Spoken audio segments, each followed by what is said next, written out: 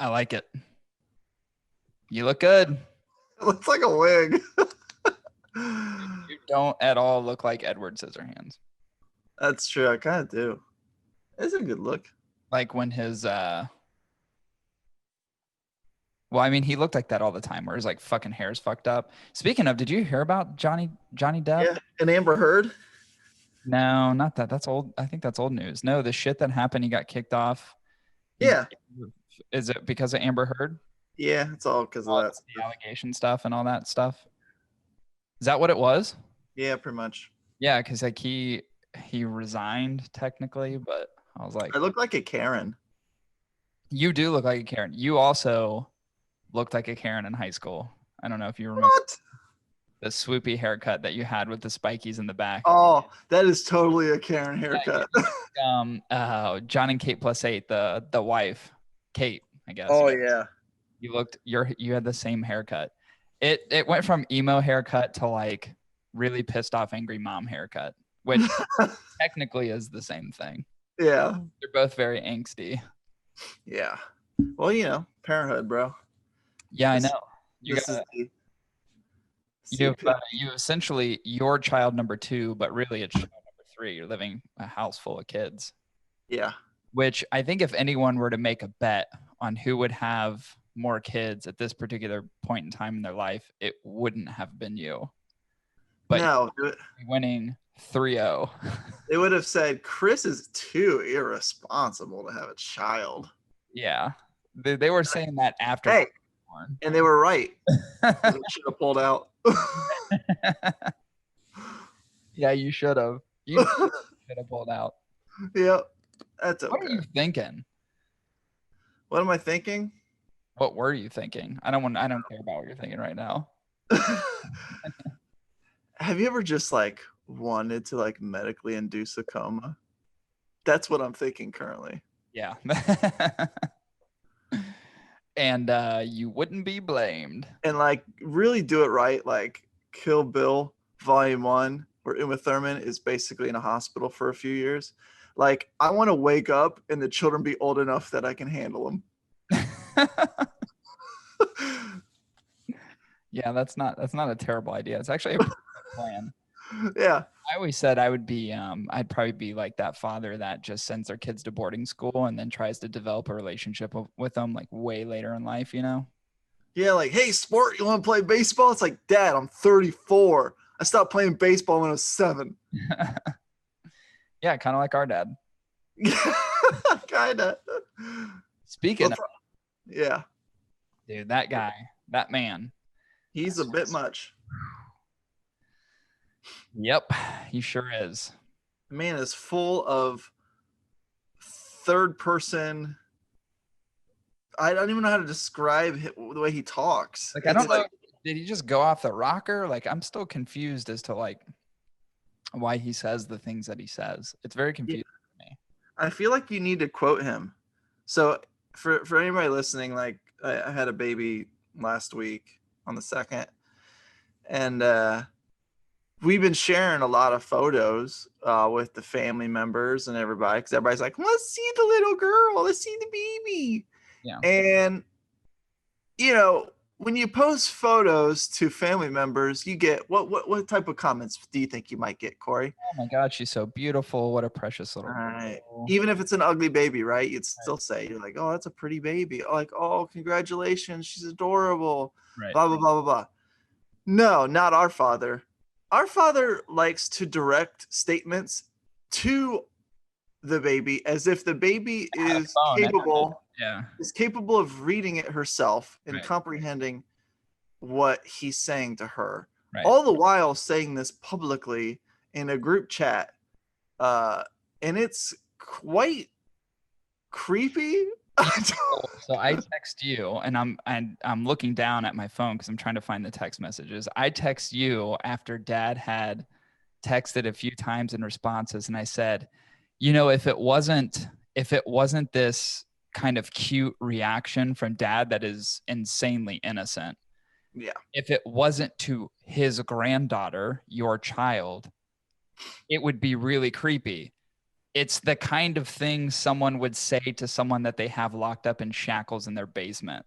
Like, when, standing over their sleepy, lifeless body and they just start to open their eyes and then you say something real creepy. It's like, hey, let's do a scene. You pretend to be baby. I know for you guys, you really can't see Corey's facial expressions, but act like a baby that's just waking up. Maybe give me some like, and approach his grandfather with his baby tied in the basement. Good morning, precious. What were some of the other ones he was saying? Like sunshine and I don't know. I'm so far back on the text messages that I really only found a few of the ones that I said, because I went overboard with it, and Dad doesn't realize that I'm making a joke of this. At least he does. Yeah. But and one of them, Kelsey sent a picture, and I put, "Wake my precious. The world has so much in store for you on this beautiful day." And then Dad ends up responding. Mom responds, "You're killing me, LOL," because she's in on it. Mom knows. Kelsey goes, "Ditto." And then Dad goes, "Good morning, my precious baby girl," heart emoji. But it started so, oh man, it started so far back. Let's see. I'm gonna try to find a few of them that I thought were really funny. There's so many, and it starts with Dad just saying like the weirdest shit, and I'm like, what the fuck? I was like, yeah, so beyond creepy even for me, and he's my dad. Yep. So it's weird that, it's like if anybody from the outside in read any of his text messages, they'd probably do that. Ugh. Yeah. And it is totally innocent. It's just my dad doesn't know how to be a regular human, especially in text messages. Like he never, it's like our generation has been acclimated to text messaging and phone usage for a long period of time. This has only been a short period of our father's life of which this kind of technology has been at his fingertips. So he doesn't really know, just like you would understand etiquette in certain situations, my dad doesn't understand what I would consider text etiquette. So that is essentially what he's doing throughout these text messages. He doesn't realize that what he's saying is creepy because he has no etiquette to support what he's saying. He's not learned the lesson of what to say and what not to say, which is, it makes it so goddamn funny. I feel like at some point I'm going to have to play the creepy grandpa too, maybe just for cackles. Like, man, such a looker, isn't she? She's such a looker. If we weren't blood, I just might have a go at it. Yeah, that'd be hilarious. There's so many text messages, so it's hard for me to find. It's hard for me to find some of the ones that I'd sent, but oh my God, they're so fucking funny. Just Dad's responses to shit, and then my responses back. Like, there's points in time within the text chain where I'm very, very obviously making fun of Dad, but everybody's laughing. Keep in mind, everybody's laughing. Out of it to understand what I'm doing. Like, he doesn't realize that I'm making a joke, which is, to me, is arguably even more funny. There was one where I said, "Sleep silently and gently, you precious angel on earth." A smile that would brighten up a cold, dark world. And Dad's response is more like supportive. Like, maybe he does know we're making fun of him. I'm thinking he doesn't. I don't think he does. But I think it's like he was responding to you in a way. It's like, good. That's a good one, son. That's a great one. On a few of them, he then piggybacked off of what I said. He was like, "Oh, exactly. What a beautiful world." Yeah, there's one where I said, "Sleep peacefully, baby girl, as the night will harbor your dreams and prepare you for the morning to come." That was probably my favorite. And, then Dad goes, "How true, baby." With a baby emoji. That's smart. Can't see it because I won't zoom, but literally it says, "How true, baby," with a baby emoji. Yeah. Like, what the fuck does that even mean? What does it all mean? I don't I know. don't know. It's crazy. It's been quite the week. It's been a very exhausting week. I'm glad I get a little reprieve in a basement of a home which isn't mine. Yeah, I was gonna say I didn't know whether or not this would be a warm welcome for you to get back to the podcast or one that would feel exhausting. But either way, the show must go on. The show must. Hey, when you get up on that stage, I don't care if you're not feeling it or not. You should have called off before you got up on that stage because you have a lot of angry fans. Yeah, You just hop off like, I can't do it today. Well, last week was obvious, right? And I called that one. You didn't even call it. I said, podcast this week. You need to take some time and be with the kids and all that stuff. I mean, that was the right thing to do. But yeah, I mean, like, I'd have to imagine being inundated with taking care of 3 kids. This is probably a much needed hour and a half break. And it's difficult. Like, we're living the American dream. It's a blended family where in a country where 60+% of American couples and married couples divorce. Yeah. And there's a lot of them have kids, and it's a blended family. And we have a blended family, and it is challenging. Yeah, Holy shit, is it challenging? There's a lot of weird things, like the background of how everything happened and how everything's interweaved and interlaced. It's so crazy. Like, it should be a book. It should be like a short novel. I know. And I think that really the biggest challenge is the kids. That's the thing that is like a issue. Like, the kids are the issues. And it's not so much like, like they're going to dismantle everything. It's just it's so different, the dynamic of putting children who aren't like blood relatives right into the same household and then wanting them to play brother and sister, right, to acclimate together. But that's just a thing that's gonna come over time. You know what I mean? It will.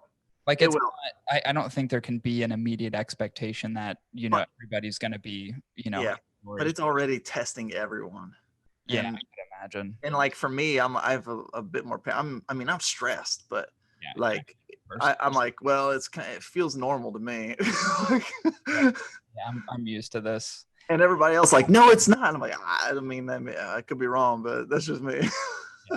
No, I used to threaten you. I used to threaten your life, like, at least once a quarter. Right. I can recall a moment where we used to fight. I mean, it's a story that I don't know if we've ever talked about on the podcast, but we got in a fight over silly string. Oh yeah. Well, yeah, we've had this before. And have we? We hadn't. Yeah. I mean, I don't know. Maybe it's possible. But we got in a fight. So we went to the store. We used to ride our bikes around everywhere, and we had a friend over, and Corey got silly string. And we went back to our mom's house. And my mom's house had a front porch, had a little pond in the front, and then a big pillar that held up like the front top overhang to the door, so you don't get rained on, whatever. And Corey started spraying us with silly string. Hey, this is a good time to see if our stories also don't line up based on what we remember. Yeah, I mean, I'm gonna call you out if I hear fucking bullshit. Yeah. So this is how I'm retelling the tale. But I remember Corey spraying us with silly string, and I think either me or our friend got a hold of it, and we started spraying Corey back. And sounds about right. Corey got mad, and I was laughing at Corey because I just spray of string, not everyone else. That's why I'm upset. Yeah, and I was laughing at Corey. Corey got so mad that he grabbed my black and red dyno bike that we used to take to Delco Park to do like little trial jumps, He threw it into our pond, and it broke the stem on the seat.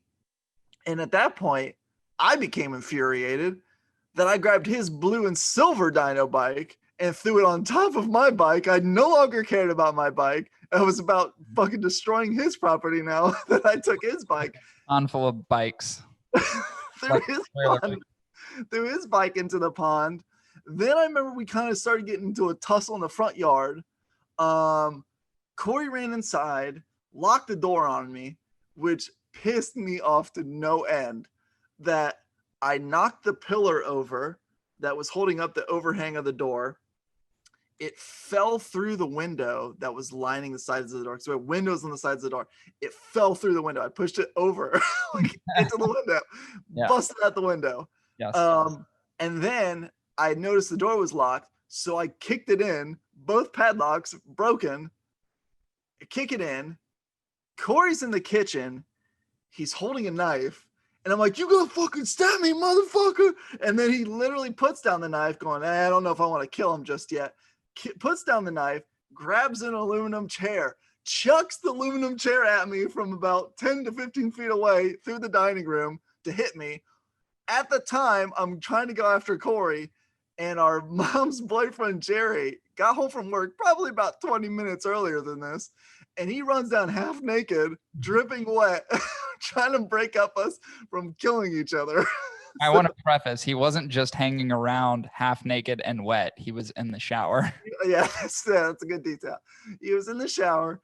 I'm infuriated. He's trying to break us up. He's talking to our mom on the phone. I can tell she's living on the phone. He's telling her she needs to get here now at the house. I run away. I don't have a bike, so I'm running. So I run down the street, only about a block.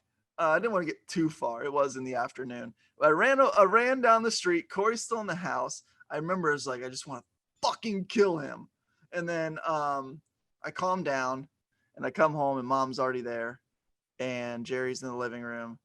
And I walk in and the first thing out of, I think Jerry's mouth or mom's mouth was, do you realize what you fucking done? Your brother is upstairs with a loaded pellet rifle, willing to shoot you if you come at him. I would have done it. That would have done it. Yeah, there's nothing in there that was super inaccurate at all. Okay, cool. Yeah, actually, from a memory perspective and a time frame perspective, it seemed like it was pretty on point. Yeah. Yeah, it was just really dumb shit that we did. Like, it was so stupid when you think back on it. And the other thing too is like, you were a very angsty kid. Like, you were very in your feelings about a lot of stuff most of the time. Like, you're, and I don't mean that in a bad way, but like, you're very much feelings oriented and feelings driven. I was like Macaulay Culkin from The Good Son. Like, I would have fucking killed anything and anybody. Like, I had feelings. So there was like this weird difference from an emotional perspective between you and I and the way that we reacted to stuff. You would get heated, but you could also rationalize things. I would get heated and just see blood. Like, it was totally different. Yeah. And we would both react in a way that was violent, but it would be from a different place. Like, yeah, it was just so different. And it was weird because as we got, and I don't even know the point of which you and I got to go, because most of our childhood, I would argue, was probably not that great. There's a lot of fighting. There's a lot of fighting.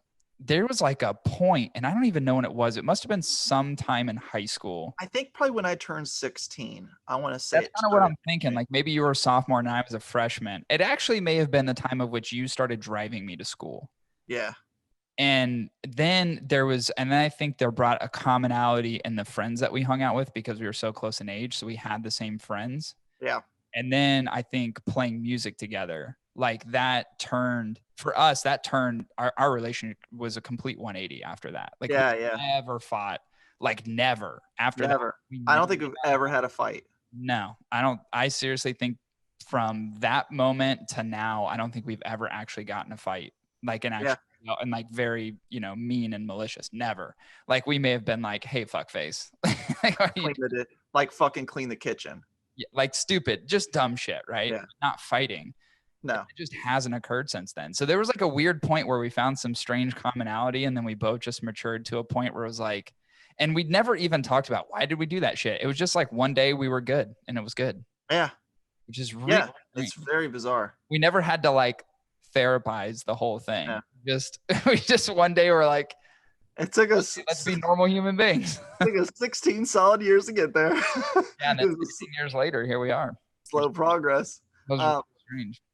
If you're my child, and for whatever reason you go back in the archives, or if you're my children, I should say, If you're my children and you manage to go through the archives and come across episode 173 of the Hot Ticket Podcast and you reach this point, I want you to understand that it's kind of normal to fight. And there'll just come a time when you'll go from what you think is enemies to like best friends. Yeah, and I don't think there was a lot of fighting and adversarial things that we did that were unhealthy, but then there's a lot of it that's just childhood shit, right? Yeah. I think the hard part was not so much the relationship between you and I, but the relationship between you and I for mom and dad. Like that was what I think. Like mom, I'm pretty sure wanted to murder both of us all the time. Yeah. Like literally all the time. And I think dad was just kind of like, I'm gonna get them on the weekend. So hey, they're boys. They'll get over it. Like I only got to deal with them 2 days, so fuck it. Like every other week. But yeah, it's strange to think about, half our life ago, like how different shit was. So different. And it's weird because we got way closer over time, like way closer. I mean, we fucking lived together for how many years? Like it was a while. Yeah. We lived together for a long while. And like 2009 or something, or 2008. We bought the condo in 2008, and then you moved out when you found out you were having Kale. So 2013. Yeah, it's a good chunk of time. Yeah. That we lived together in harmony for the most part and like never really had issues. It was just it was what it is. Thankfully, it was just like, are you gonna clean the kitchen? Or dude, mostly it was your or why couldn't you pay the cable bill on time? Yeah, well, that was on me. It was mostly someone else in the scenario that made me angry. Oh, I know. I hear you there. Yeah. I hear you there. So that was most of my problem. Those were trying times with girlfriends too. Yeah. And they perpetually got worse for me, but even after I moved out. But yeah, definitely trying times. There's no doubt. So I wanted to show you something real quick, which is why I wanted to go for it. Let me see if I can find this real quick. Let's see if she pops up on the screen. Let me know when you see that guy. Oh my word. Is that your dog? Not yet. So there's two of them. So that's number one. Are we picking dogs? Yeah. Yeah, we're picking dogs on the podcast. Okay. Look at his smile. So we have a black, what looks to be he's a blue brindle. Some type of Aborigine man, very furry, with hazel eyes, and very elongated, droopy ears. Mm-hmm. Yeah, those ears are getting fixed tomorrow. Yeah. Okay, so we got number one dog. There's number one. Mr. Smiles. Let's see if now. Okay, so just think about Mr. Smiles. Okay. They're brothers, by the way. They're brothers. They're probably polar opposites. Wait.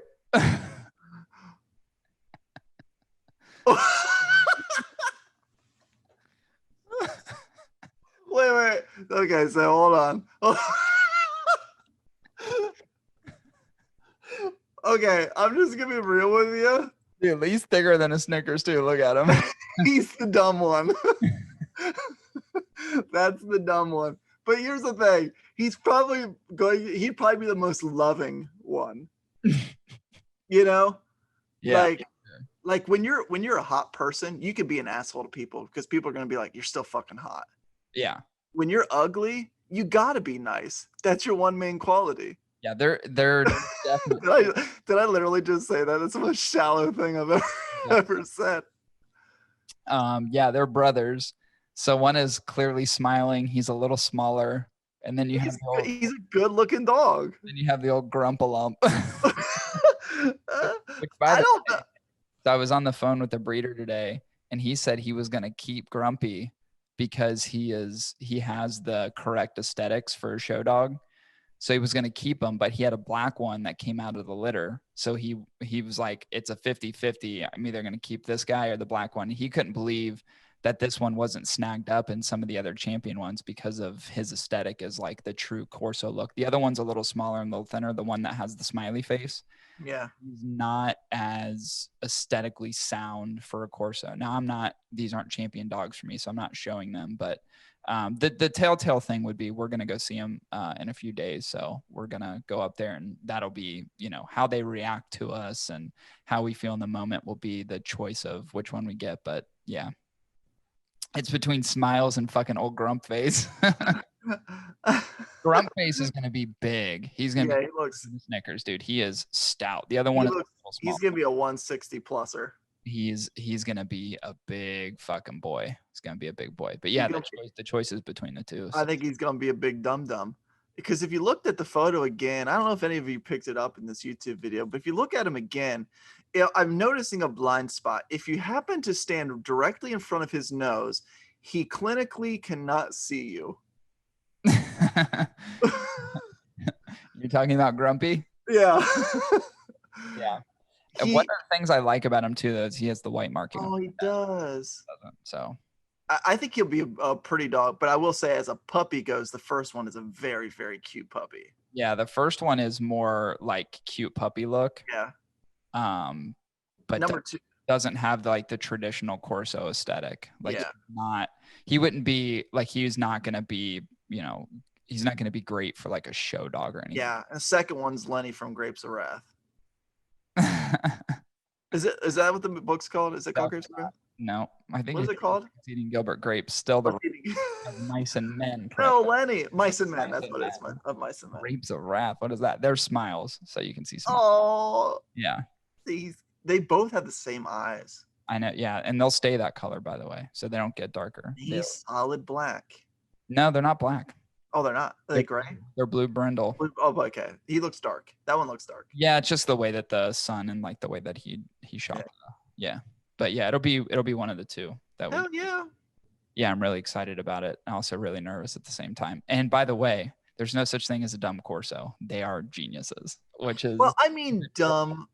Like, you mean goofy? Relatively. Maybe like the dumbest of a Cane Corso is still smarter than a Labrador, but he's on the dumb scale on that kind of Corso. He may be on the dumb scale in terms of Corsos. But he looks like the one that'd be most playful, I feel like. The grumpy one? Yeah. Yeah, Lauren likes the grumpy. She likes dogs that have that grumpy look. To me, I don't care. I think it's more about how their dog reacts to us is kind of where my thought process goes, you know? There's two tricks. There's two things I do when I'm selecting a dog, Corey. The first one is you kiss it, and if it licks you back, that's a good sign. That shows that the dog can be affectionate towards you. The second sign is you slap it in the head and see if it wants to bite you. Now, if it wants to bite you, that is a sign of aggression, and you don't want those, because even the most affectionate dogs can still lash out at you when you continually smack them. Yep, you'd be a great trainer. A+ trainer. That's exactly what trainers do. They smack the shit out of the dogs and see how they react. It's like, you lost a finger, Bill. Like, well, I was checking this dog for aggression issues, and I will say this: you know, the people who adopted Caden, who no longer, that tactic was a tactic that was employed by the male owner, and it didn't work out well for him. No, it didn't. Thought he was gonna lose his arm. Yep. So, bad idea. Don't slap a Corso. Don't slap any dog. Period. Yeah. Definitely don't slap a Corso, because they don't slap back. They're gonna bite your fucking dick off. Yeah, and they have the bite pressure was like 800 pounds or some shit like that. I mean, it's something you don't want to fuck with. That's for sure. Yeah. I mean, I had Caden bite on me before, and it's not fun. It doesn't feel good. It's very terrifying. Yeah. All right, we should get into this. Yeah. So we are kind of rewinding back. We did an episode. Shit, when was that? Probably not too long ago, maybe 15, 20 episodes ago. Probably. Maybe even less than that. And it was all about things we hate, 5 things we hate about the cigar industry. Now we're doing the same thing again, and there's tons of things to talk about. But in this particular case, we're talking specifically about shops and lounges. 5 things we hate about cigar shops and lounges. I've got a plethora of topics to talk about, but we do need to keep it to 5, and we can save more for later, right? There's going to be numerous amounts of times that we're going to be able to discuss these things. But I would say topically, let's keep this 1 to 5. Sure. And question is, where shall we begin, Chris? Well, this was such an interesting one because I would say I have so many pet peeves, right? Yep. There's so many pet peeves, but when you use strong words like hate, it needs to incite a certain reaction from me to make it feel like, yeah, I literally can't deal with that. Yeah, that's fair. And the one that always comes to mind is let's just put it this way: a lounge that resembles someone who has unkept coffee stained teeth. Yellow stained and dingy. Oh, that's good. Yeah, I definitely hate that. What is bizarre to me is I've been in lounges where they clearly have some form of air purification systems, have you not, but they do very little to maintain and upkeep those. When they have people in there every day smoking and blowing out all their smoke, and what happens is like they had those, what normally would have been like white stained tiled ceilings are literally sticky yellow stained. And it's like, how bad and how long are you going to let this go? Yeah, it's a weird thing too, because I think there's a couple different instances and scenarios of which that kind of thing occurs. One, it occurs in places where ownership simply don't give a shit, right? Or they have a really subpar filtration system, which is most of the smoke, instead of being absorbed in a unit that exhausts the smoke, it simply absorbs into ceiling tiles, which I think it's weird topically. Drop ceiling tiles in a smoking lounge seem like a terrible idea to begin with, right? Because they're very spongy material. Yeah. Very porous. They absorb literally everything. So I always find that to be kind of strange. Like, why wouldn't you change out your ceiling material anyway so that absorption doesn't stay there? Because not only from the aesthetic piece of it, but just from the smell perspective, right? People like to go to cigar lounges understanding that you're going to smell cigar smoke, but you don't want to feel like you're drowning in cigar smoke. So places like that where everything is bled through the materials consistently have that smell to them. Which is a really big turnoff for a lot of people going to a cigar lounge to smoke. So that's number one. The other part about it too is it doesn't take a whole lot to clean. I think part of where that comes from is that for that kind of gunk and smoke absorption to materialize takes a long time. So if you're not regularly upkeeping things, and this I'm saying this as devil's advocate on behalf of the ownership of a cigar lounge, it's much easier to clean the floors than it is the ceiling. Sure. So I think part of it too is we understand that smoke rises, is that the ceiling's not getting cleaned very often. But then there's the other part of it too. Say you don't have a drop ceiling and you have a regular drywall ceiling, right? And there are certain things that you can do. There's primer coats that you can put over it, like Kills, that'll keep a lot of that odor absorption out and away. There's a lot of product that you can use, and it takes just a little bit of effort and time and a little bit of effort and money. But it's something that will give you some longevity in terms of keeping and maintaining color, not absorbing odors and smoke into the ceiling tiles. There's a lot of things you can do to kind of prep and plan so you don't have to do that ongoing maintenance very often. Yeah. But what's striking to me is that even some of the better lounges that I've been to in terms of like inventory, or I would say popularity, a lot of times have that fucking gross gunkiness everywhere. Yeah. It's like, I knew at one time these walls were white and they are not white anymore. It looks like someone painted them that kind of yellowish, gritty smoke color. But it's not, it's just the smoke. It's just, that's what it ends up kind of turning into over time. Yeah, it's so true. And think about it. That's someone's mouth particles Everywhere. everywhere. Yeah, it's almost like a little bit of you It's like behind every time you leave. imagine taking a bath in like 1,000 people's spit. You know? Yeah, it's kind of, yeah, I see what you're doing there. Yeah. So it's just weird. And like I may be forgiving if it was like a carry out stop, you know. It's like, don't worry about the inside. You're here to get your shit and get out of here. Right. But this place has a lounge. Like Yeah, I mean, you owe it to your patrons, and I've often thought about this too. It's like you owe it to your patrons to provide the best experience possible. And someone's going to be spending at a minimum an hour in your lounge smoking a cigar. You should be able to provide them the aesthetics, right? I mean, yeah. that's what a cigar lounge is for. If you aren't doing that, then don't prepare yourself to open a lounge. Yeah. Don't do it if you don't have something that is going to be comfortable and inviting. It's like it would almost be like paying for a premium experience, but getting like a really shitty off the highway motel Yeah. instead of a Marriott. Like the reason a Marriott is a Marriott, you're paying a little bit more of a premium than you would in like just a regular, again, off the fucking highway motel, is because you get those aesthetics, right? You get the comfort of those places. And part of the comfort that you get in a cigar lounge is making sure that everything, including smoke absorption into the walls and then the fucking like faded nasty colors that, you know, and you ever notice there's some parts of this, like I've seen this in lounges before. Like if you have a table, let's say positioned here and an open space here, you oftentimes see a darker ring or a darker area of smoke directly above that fucking table. So you can see the exact rise in absorption of smoke over the place that's more populated than the places within the lounge that aren't. And I always thought that was funny because like you could literally look at the table and look up and go, oh yeah, there it is. And that's literally some man's breath. You know, literally entombed. That's a lot of men's thousands and thousands. Yeah. Thousands. That's a man's breath entombed into the porous ceiling tile for all eternity, so long as they have that in that goddamn place and refuse to clean them.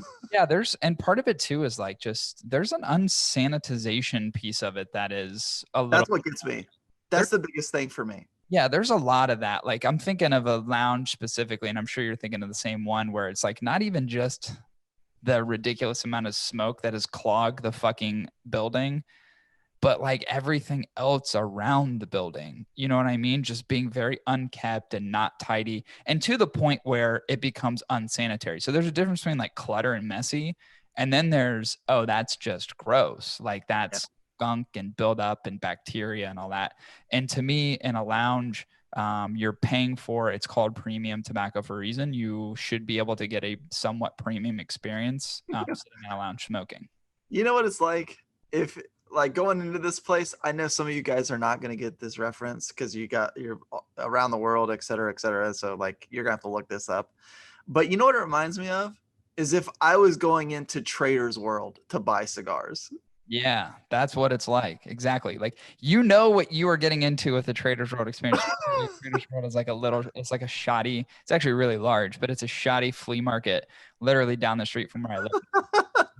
Like that is the exact experience that you would probably get from a Trader's. Like that's exactly what you would expect, but that's what you get at Trader's World. You know what Trader's World is? A bunch of secondhand goods and fucking Taiwanese Tommy Hilfiger fucking shirts. Like old Nokia phone covers. Tommy has 3 M's in it. Yeah. Like that's what it is. So you know the experience that you're getting. You don't expect anything different. But in a cigar lounge, I have higher expectations. I agree. That is something I hate as well. Yeah. All right, moving on. How about this one? This one grinds my gears. How about the cigar sales rep that'll push you to a cigar that he or she knows you won't like, but they're going to make more commission on? That drives me fucking nuts. I've had this happen so many times where someone asks me, what do you like to smoke? And then you tell them, and then they literally will recommend you a cigar that is nothing like the profile that you suggested, not a cigar brand that you're going to like at all, but they have some sort of fucking 5-pack deal that they're doing, or they have some, if you buy 2 or you buy this or you buy this or whatever the complexity is around how they get paid off of it. They're literally just ushering you into cigars of which they make more commission on. So instead of really taking care and listening to the customer it's all about the almighty dollar, which ends up just being probably an almighty 10 cents per stick. But that drives me nuts because I don't like, as somebody who's been in sales for a significant period of time, there's always items that I work with at my organization that have certain spiffs on them where I make more money, right? Yeah. So I could sell something and make, let's say, an additional $200 just for selling this one thing. And that's very common. But if it doesn't meet the need of the customer, I won't force it ever. If it does meet the need, I'll suggest it, but I never force it. So first and foremost, I'm always looking at identifying products in my organization that are going to meet the immediate need of the customer. And in the cigar world, I've met so many fucking reps that are the exact opposite of that. I've met far more like this than I have of people who are very authentic and saying like, hey, what do you like? And then actually have a conversation with me as far as like, oh, have you tried this? It's like very similar in flavor profile. Like oftentimes, like I just use this example because this happened to me before. Yeah. Where someone asked me, hey, what are you really enjoying right now? And it was like right when I was getting into foundation. Like it was really right when I was getting into like I just had the tabernacle and I was really interested in some of the other foundation stuff. And they started rolling out with, you know, more and more into their lines. I forget what had come out at the time.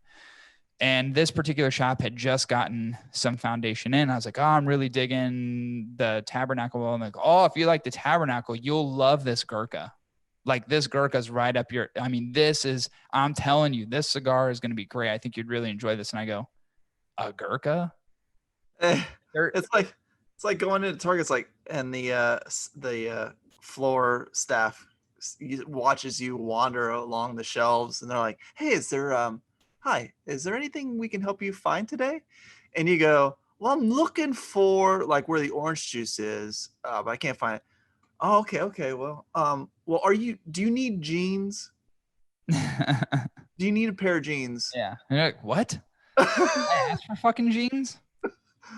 Yeah, it's really strange. And I don't like it because it puts me in an uncomfortable situation when I have to be like, listen, what the fuck? Like you are not any further. And usually I'm obviously really nice about it, but there's been a few times where I'm like, you couldn't be more off. Like this is ridiculous.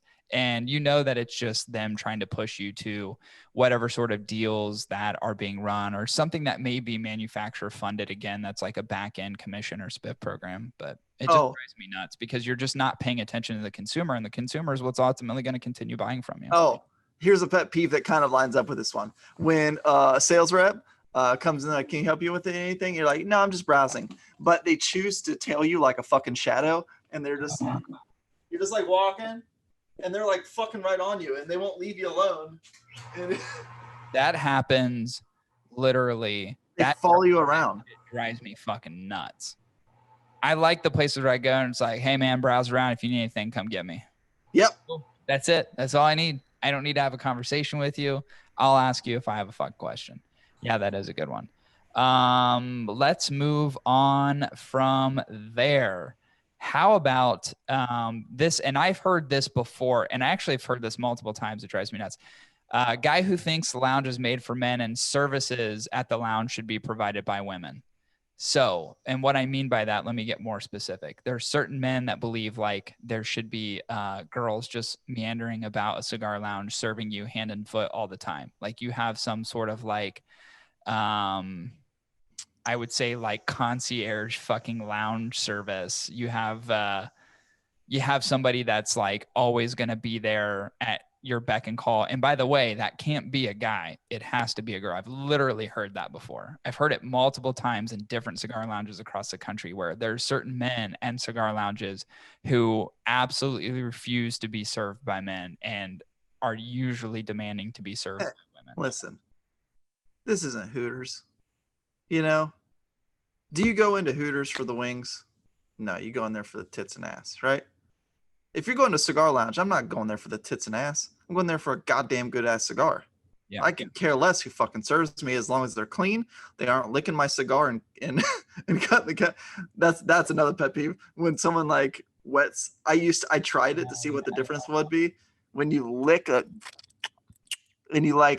end of your cigar and then cut it with someone else's cutter. I know that's a pet peeve across this industry, and it always comes up. but that one is seriously one. Now, if it was a girl, maybe this is being sexist. You'd take a lick of that lollipop? I'd probably take it. I don't even know if I would then, just because you never know when someone's mouth has been. Like, how do you know that didn't slob on a cock like 5 seconds before that? That's true. Don't know. Like, she could have literally blown some dude in the parking lot and swallowed it all, and literally comes in and just licks the end of cigar and fucking cuts it, and you got some fucking dude's man blow in your mouth.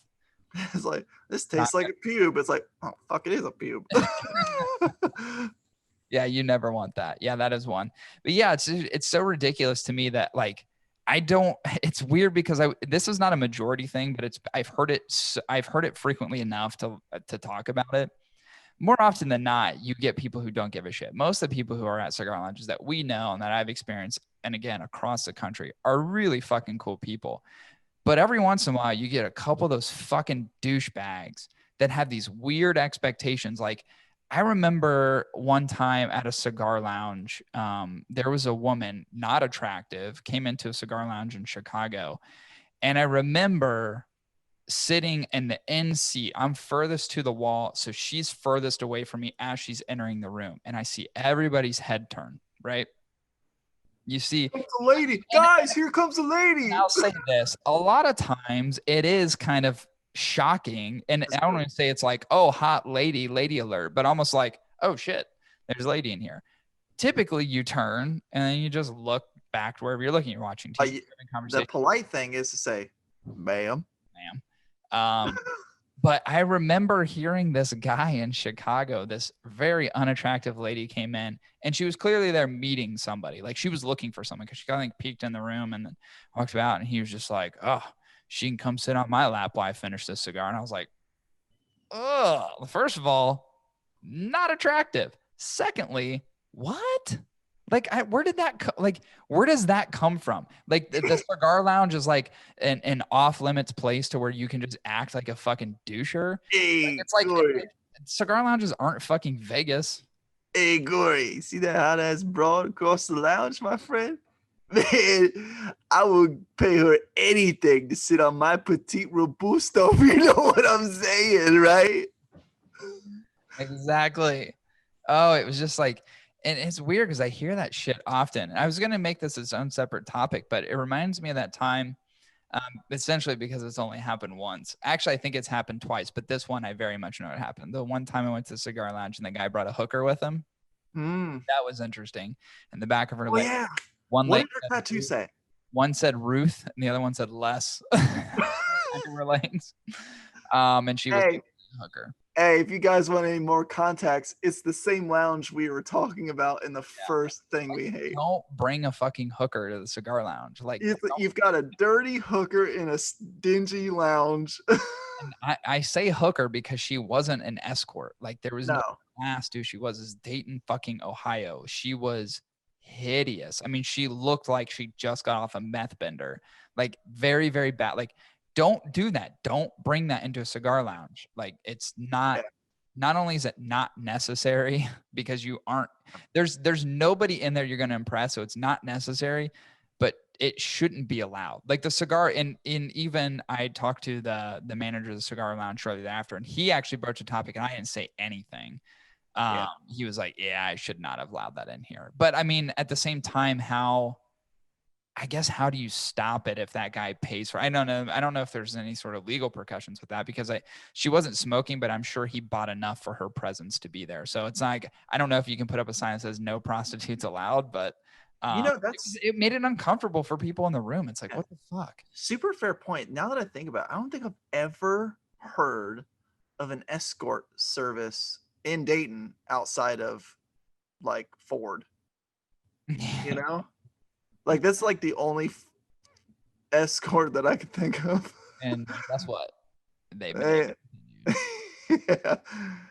That's interesting. Yeah, you're right. I think we only have prostitutes. So if you're going to take a prostitute to a dingy lounge and be sexist and talk about how hot it is at the woman's own lounge, that's kind of odd, man. It's like, there's a reason women aren't going to come to a lounge, because that shit, like, goes through the grapevine. These stories go through the grapevine, and it's like, no one wants to be subjugated to this type of mentality. Weird too, like the whole like wanting women to serve you. And I know that there's lounges that do have that, because I think a lot of it is just like there's an outdated mentality to it, right? To the industry, where it's like cigars are for men.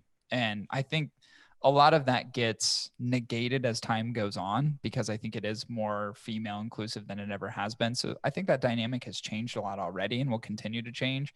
I just think it's weird that like someone would put that as a demand. Like, I only went women serving. I swear to God, this is no joke. I was in a cigar lounge outside of Detroit, and I remember hearing a guy say that, because in Detroit, you can smoke at, like, you can serve alcohol. So you can smoke at a lounge and you can drink obviously at the same time, right? And I was actually sitting in a lounge chair. My back was to the bar, but I could hear the guy behind me. And there was a guy who worked there that was really working the humidor and not working the bar, but asked the guy if he could get him something. He goes, "No, I'm going to wait for the pretty girl to come back. I want the girl to serve me." And I was like, ew. And the guy was like, "All right." It's just like the dude that's there, the guy that was working behind the bar, is like, "Okay." And he waited, and she came back, and that's what he wanted. That's how he wanted to get served. And I was just like, man, that's just gross. And he was like in a, business outfit and the whole thing. I was like, fuck. Yeah. Oh yeah, I agree with that one. That one's cruddy. That's a crusty one. We've had dingy and stingy and cruddy, Cruddy. Let's see if we can add more to the list. How about, and this is a fun one for me personally, because I've experienced it so many times. The topic name, brokers or jokers. There are an insane amount of cigar brokers out in the cigar industry. And I think for the most part, there is a necessity to who they are and what they represent, right? Because not every cigar brand is big enough to have sales representatives. And I understand that. So I'm not saying all brokers are jokers, but there are certainly many. And this is an area that I have some expertise in, not in the cigar industry, but unrelated to the cigar industry. I've worked with brokers many, many times in other pieces of business. And I would say the ones in the cigar industry are by far the worst. And here's why. What I cannot stand, and I've experienced this in a lounge in Northern Kentucky. I went there to grab specific things. And there's two things in this conversation that really fucking turned me off.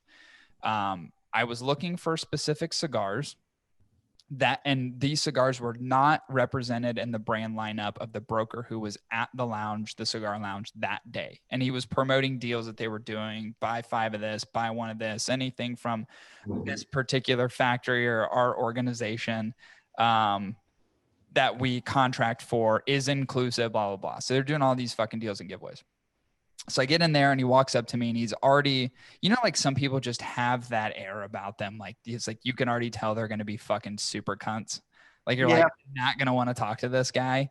Yeah. He walked up behind me and he goes, "Hey, just want to let you know we're doing a deal on blah, blah, blah, blah, blah, blah, blah, blah, blah, blah, blah, blah, blah, blah, blah." And he just threw up on me all this shit.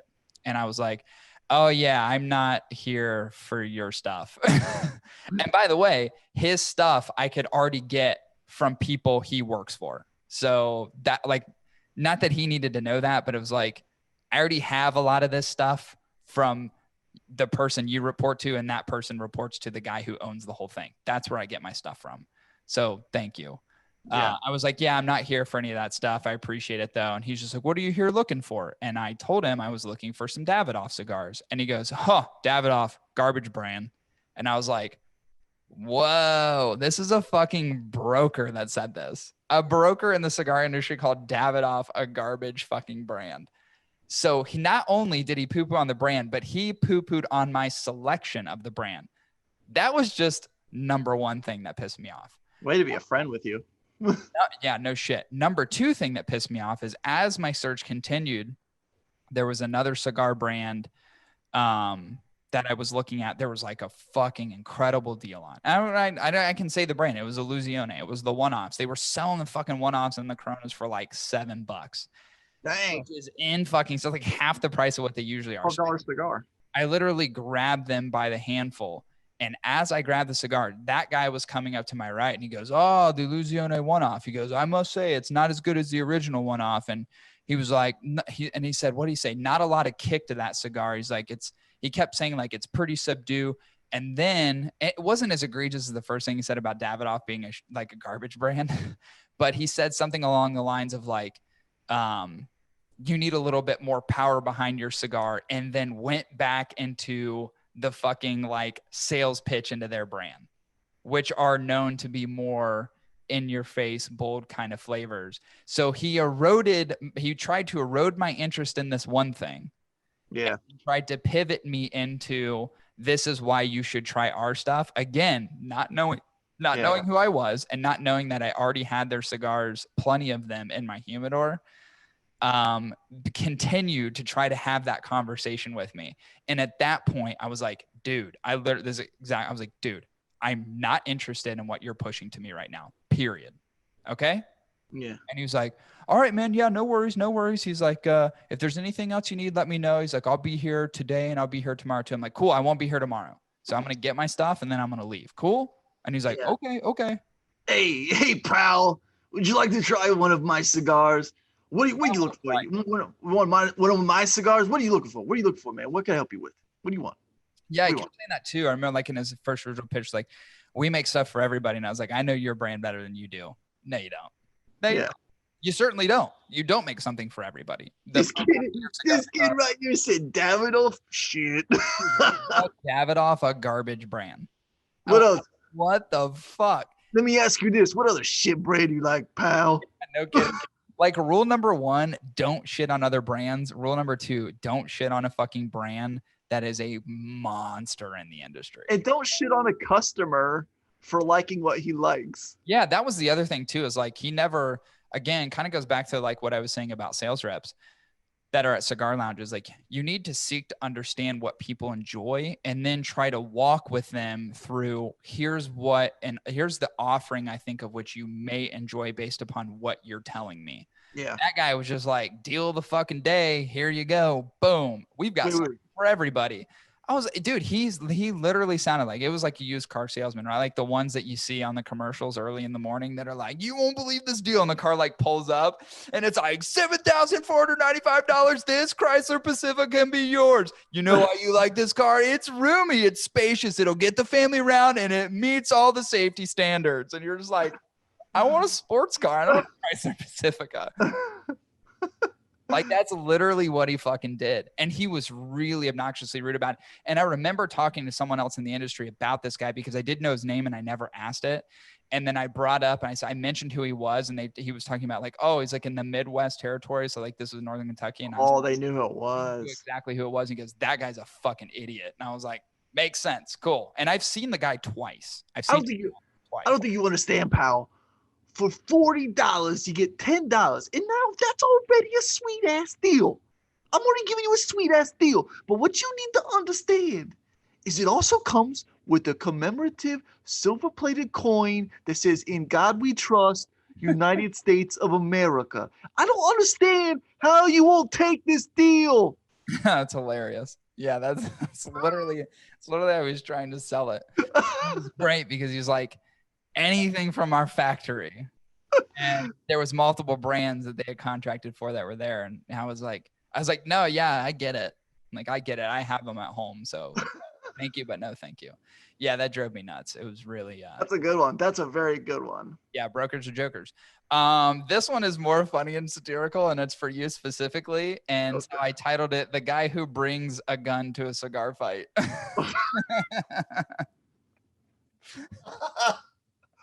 Hey, yeah. So for most people have already heard this, but if you're new to the podcast and you've not heard the episode, Chris literally kind of quasi had a gun pulled on him at a lounge by a guy who simply wasn't prepared to use it. And Chris de-escalated the situation, as he usually does, by laughing and making jokes, which seemed like at the time maybe it further fueled this guy's rage. Yeah. But what was crazy is I heard this story secondhand. I wasn't at the lounge that day. Chris was there. And then there was numerous people who had witnessed this, who I had not yet talked to. but it was part you telling me this story and then part everybody else who was there when I finally came to the lounge telling me how fucked up it was. And I was like, holy shit. Not that I didn't believe you, but getting the secondhand count, like just the recap from other people who were like, that was really fucked up. It kind of intensified the situation because there was a choir of voices talking about it as opposed to just one. It was almost like solidifying the seriousness of the situation, which I already told you I thought was very serious, but you were just like laughing about it. But everybody else, I remember when I went there, finally got there, they were like, yeah, it was really fucked up. Like that was a really fucked up thing. And I was like, holy shit. So yeah, a guy fucking pulled a gun and like put it on the fucking table. Like he was gonna do sitting towards me. Yeah. Yeah. Like pointing towards Chris at a cigar lounge, which, you know, that's a weird thing too, because I've never carried into cigar lounge because usually I drink. I'm very, very careful. I mean, specifically as it relates to the laws around concealed carry. I do have my concealed carry license, but like if I know I'm going to drink, there's no way my gun goes with me, period.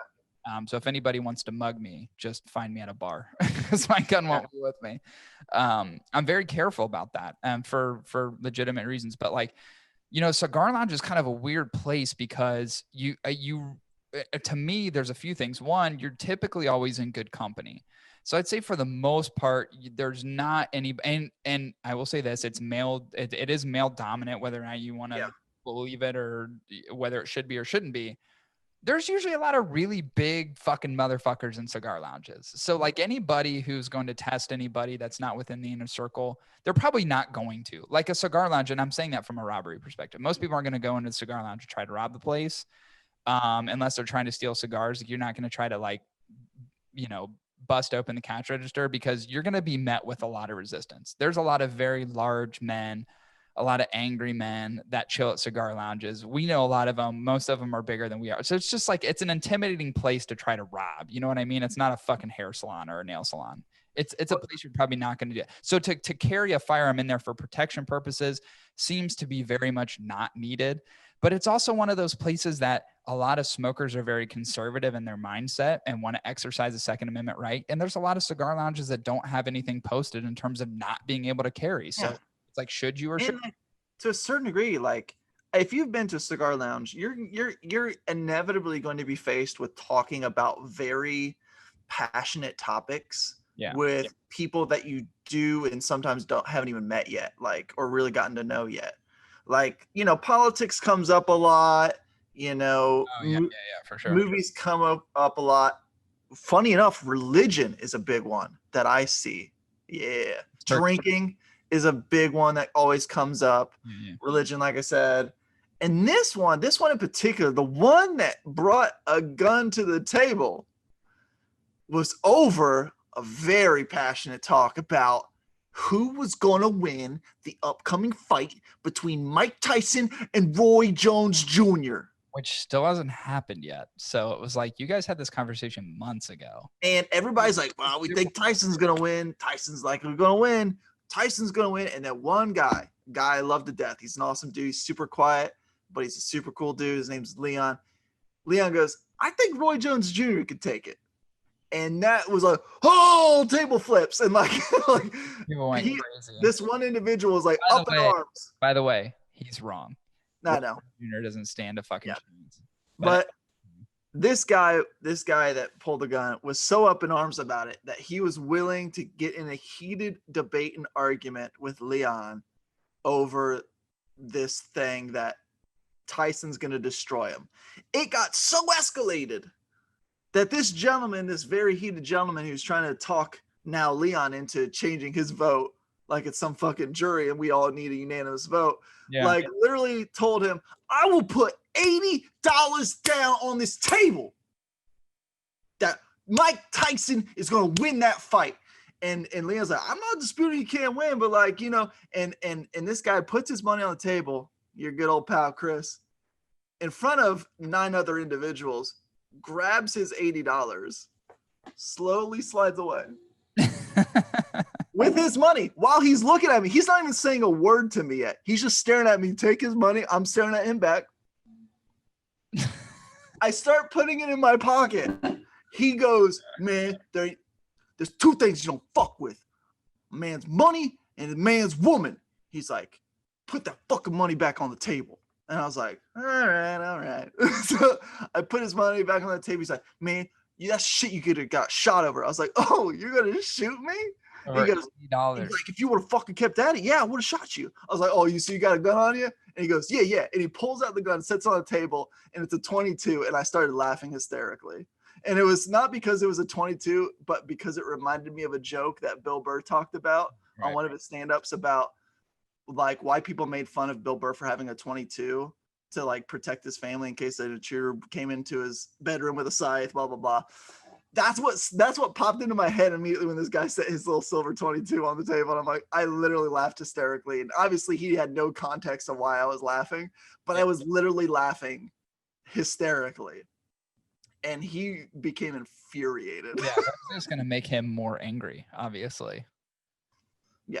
Yeah, that whole situation's so fucking strange to me because it's like it's in those situations where you're in good company and the fact that anybody would feel comfortable in saying, yes, I would shoot you over $80 is like that person's deep-seated fucking issues. Like that guy's troubled. He's troubled. Yeah. Period. It's that simple. He's troubled. He lacks self-confidence and feels like he's like, and also that weird, like you come and say like, you don't fuck with a man's money or his woman. Yeah.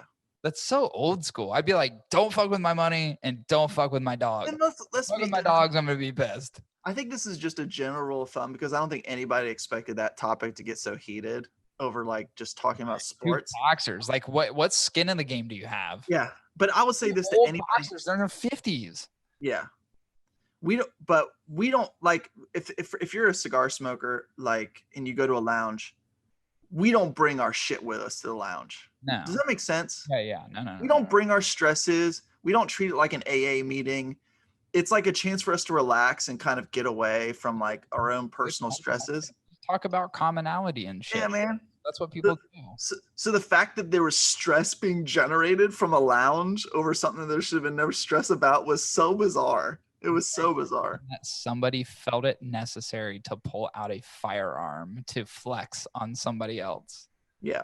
What?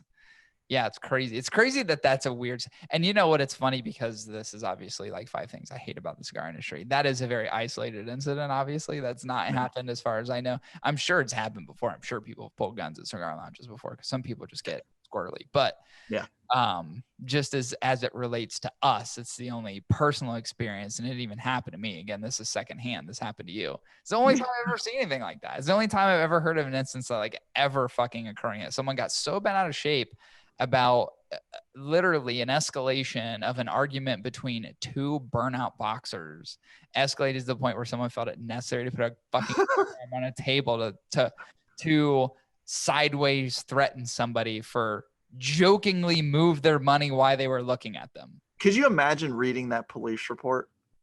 No, I wouldn't believe it. You wouldn't believe it. Like, wait, what happened? Yeah. I mean, well, also, you know, it's weird because in a different set of circumstances, that would have been or could have been assault with a deadly weapon. Uh-huh. Like those charges, if someone lays a gun on a table and it's directly pointed at you, right? They put the gun out and the gun is there and you are simply joking, obviously looking him dead in the eyes, not with any intention to take his money whatsoever, right? Yeah. Someone could have called the police and he could have been arrested for assault with a deadly weapon. Yeah. That quickly. It could have went from what it did, which was I would say, a de-escalated outcome where you could almost say, hey, it's all good, to, oh, you're serving jail time now because of some stupid fucking thing you did. Yeah. Just crazy. Yeah. Which is crazy. He'd be sitting in that jail cell like, fucking Tyson's going to win. I know it. For sure. Have you ever seen that guy anymore at the lounge? Yes, I have. Oh, yeah. And he's come up to me. Yeah, twice. Oh, really? He acts like nothing ever happened. Oh, that's unfortunate. Maybe one of these times you're like, hey, remember that time? Remember that time you pulled a gun out and you threatened my life? Okay, I just want to make it both clear that happened. Yeah, we've made very, very brief, small, like hellos, like little greetings, and that's about it. Has anyone else said anything about him? God, I feel like I've been in the cigar lounge. He comes up in topics so often amongst the group about stupid shit he does. So he's just one of those troubled humans. Like he got a bunch of like friends of ours at the lounge. He got a bunch of them kicked out of a bar because he was being belligerent. Yeah, that's a guy. He can't be here. You got to get that guy out. Yeah, got to get him out. That was my last one. That's a good one. And that was amongst a list of like, I think I generated like 10. So obviously we can keep this moving down the road. But I really wanted to do a cigar lounge edition. I was thinking about it the other day and I was like, man, this would be really fun to do. So, it was good. Some good ones. Did post 2 reviews this week. So the Adventura, the Royal Return Queen's Pearl Necklace. How was that one? For a Connecticut, it was quite delightful. Actually, Nice. I enjoyed it. And the other one was the Room 101 Cigars 10th anniversary. So that one's out as well. I just posted that today. So 2 cigar reviews out this week.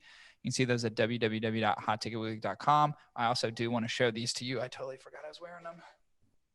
Oh, Jesus. Oh, Jesus. Zebra Crocs, baby. Woo! There's a Croc outlet down the street. I'm going to fucking go check it out and see what I can find there. A Croc outlet. Yeah, I think I'm gonna really get into fucking like bedazzling Crocs and stuff. I think I'm gonna get a collection of Crocs. You should get Crocs with a bunch of like cigar labels on them. I can. The world is my oyster. You can literally do any things. Yeah. I could legitimately probably do that. I was getting a custom pair of Crocs. Or you can get ones that are like swirly brown and call them Crocs of shit. That would be satirical. Like, that's a Croc of shit. Dude, that actually would be really funny. That would be funny. Dude, they're great. They're fucking. Someone made a joke and I didn't realize what they were saying, but they have the little strappies. Strap. So you can keep the straps forward, but then they were like, but if you want to go into 4-wheel drive, you fucking put it to the heel. That's awesome. I never thought about that. It's really funny. I'm new to the Croc game, so but I'm, one pair will definitely turn into like 50 for sure. A whole Croc collection in no time.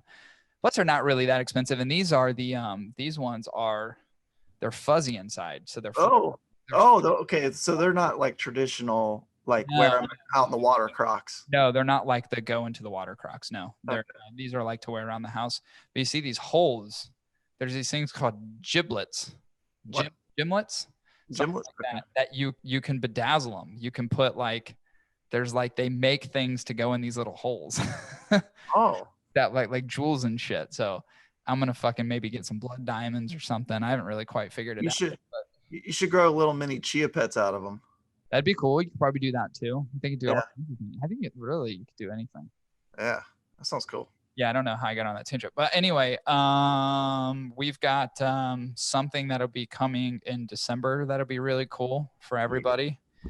It's close to completion, it looks like, which would be very, very awesome. I saw the photo and it excites me. Which means you got to get graphics done. FYI. No problem. Yeah, so it's something cool that will have our stamp of approval. Without trying to say too much. That'll be releasing in December. So actually, like literally coming up very, very, very soon. We'll have something.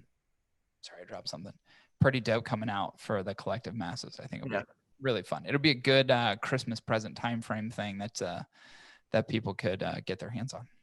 Ooh, you should get your Crocs with like little edges on the top of the toe, and you can put food in them and call them crock pots. Yeah, there's all kinds of crock. Yeah, there's all kinds of stuff. Crock pots, but this is even simpler. You just put the pot leaf on it. Crock pots. Oh, that's cool. What about ones that are like Betty Crocker? Ooh, just make it butter, baby.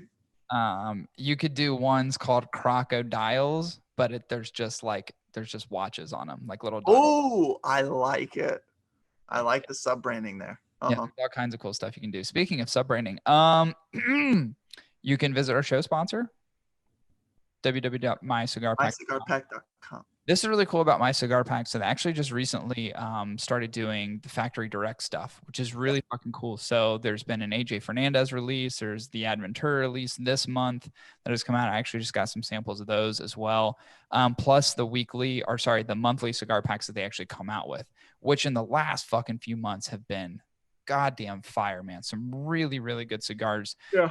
This last month's pack that we just got featured some Dapper cigars, some Villiger cigars as well. I think the TA 2020 was in one of the packs that I received. The La Vencedora was in there, which I actually just smoked earlier today. It's such a good cigar. I usually don't really like a whole lot of their cigars, but that La Vencedora is like really fucking good. And actually, I reviewed the new TAA, so that'll be coming an upcoming review. I just need to write it, but not terrible. Not terrible. Interesting. So yeah, some really fucking good cigars. And it seems like they just continually bring some of the new cigars that come to the marketplace that they're really advancing into their packs, which is awesome. So it's not a whole bunch of stuff that you've smoked forever. Some of those goodies are in there, but then there's a lot of interlaced new cigars in the market, like the Mil Diaz is in there, the Adventura stuff was in there, the JFR Lunatic Torch was in there, some releases that have just come out in the recent few months are all kind of, be interlaced into those packs. So you get a little bit of what you like and you've been accustomed to. And then you also get a lot of the really good new stuff, again, along with, which is really cool, the factory direct stuff as well. So you have access to that, and you can get all that at www.mycigarpack.com. That's right. All right.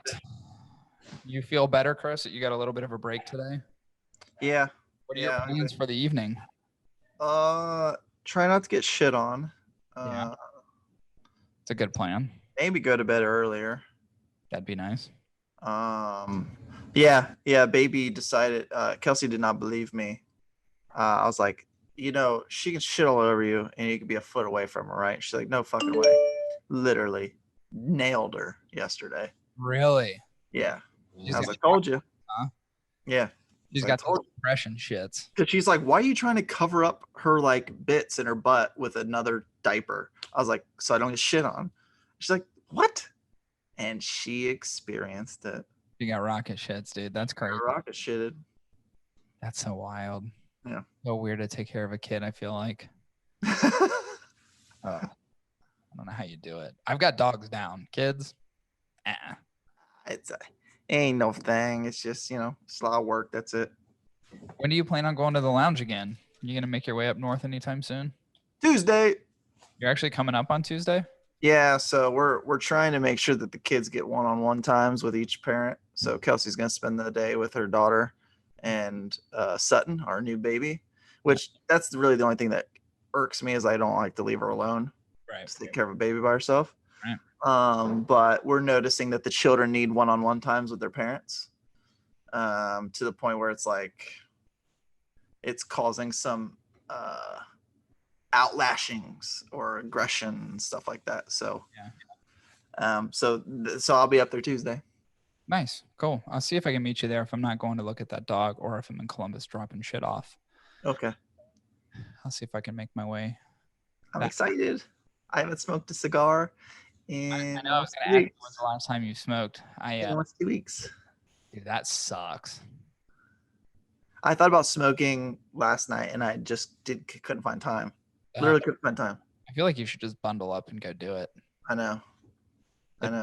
I was actually thinking about doing that like right now. It's cold as shit, but dude, I just put some layers on, put my fucking fleece line jeans on, and put my Carhartt coat, and I'm good, dude. I get toasty, especially with bourbon. I feel fine. This is my withdrawal face. I'm just like, oh, I need one. No, it is really weird, and I do have some cigars for you, so okay, cool. Link up so I can give you some of those offload. I had to buy more storage because I just, by the way, haven't really bought anything other than those Andalusian bowls. And I just, dude, just this amount of shit that just keeps coming. I'm just like, I don't have room for all this stuff. Where does the Tupperware go? Remember how many I gave you last time? It was crazy. Like, I still have more to give you. It's like, I don't know what the fuck to do with all this stuff. I know.